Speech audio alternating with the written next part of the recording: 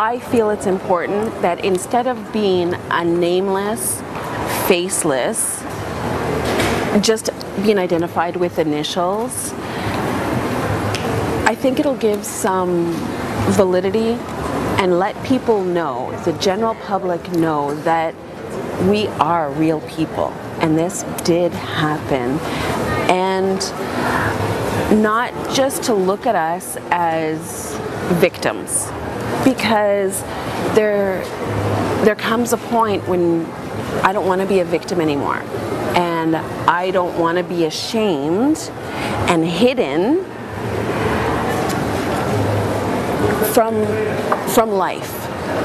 And I feel with this publication ban, that's what's happened, is that I've been shielded, I've been protected from telling everybody that this atrocity happened and the perverted, deviant things that were done to me as well as the other victims.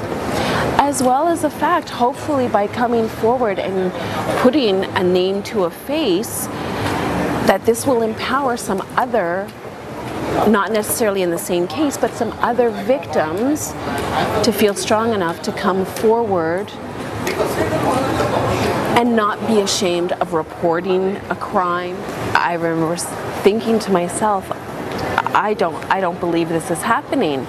And I looked to the front of me and there was the blue screen and I could only see just the heads of the surgeons, like the tip of their heads. And I closed my eyes again and I remember I couldn't move anything but my neck.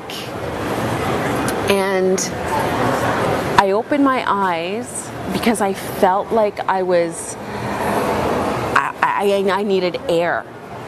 And there he was kissing me, and he had his mouth on top of mine, and his tongue was in my mouth.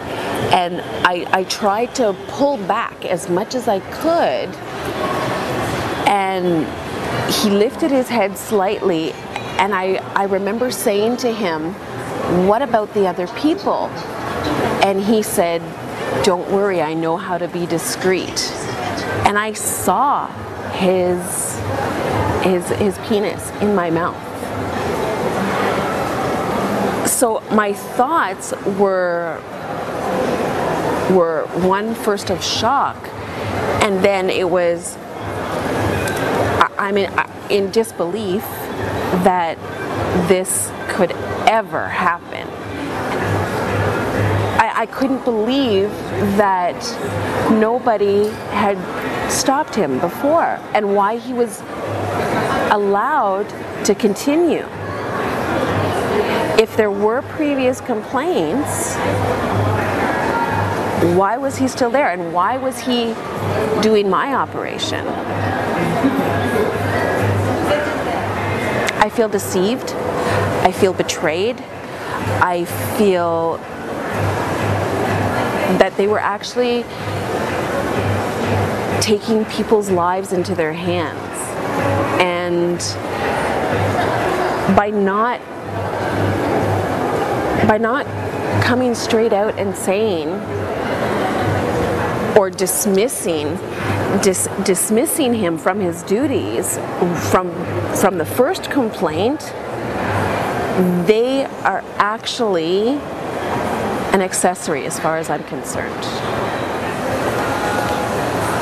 I hate him for what he has done to me and my family.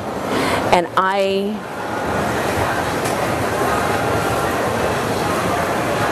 have nightmares of him.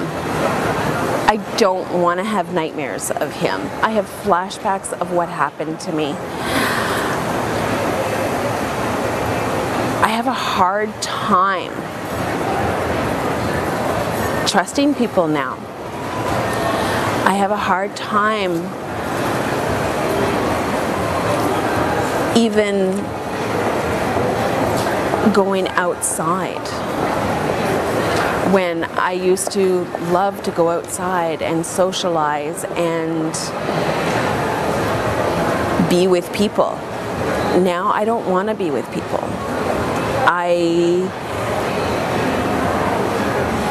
I feel very bad, and I struggle daily with this because he has consumed my thoughts and my life for the past 4 years. He's consumed my husband's life, and whether my children know it or not, he's consumed their lives because he has taken me away from them.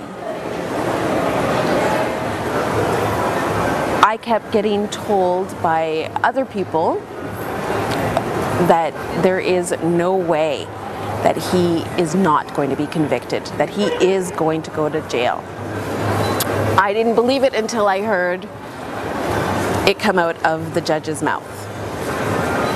And when I did, I was so happy that, okay, I believe now. I believe that this is going to work, that this system works. I'm very happy, as I said before, with the conviction.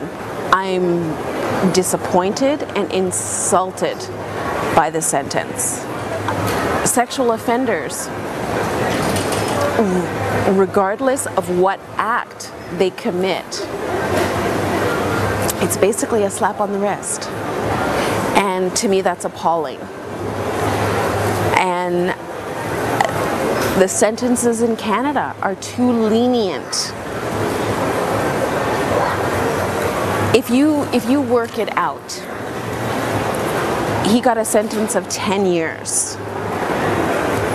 If he ends up usually spending a third of that sentence, that works out to about 3.5 years, and then he's eligible for parole. If he gets parole, that means he'll probably have served 2 months per victim. And to me, that is an outrage. How will you feel if he gets out on bail? Devastated. Absolutely appalled and devastated. As far as I'm concerned, he has been convicted 21 times. He has a sentence of 10 years. He should be serving that sentence, and if he wants to appeal, by all means, it's your right to appeal, but you spend your time in jail appealing, not out on the street. May he reap what he sows. And he did this, and if I found out that this happened to him in the penitentiary, I don't think I would shed a tear.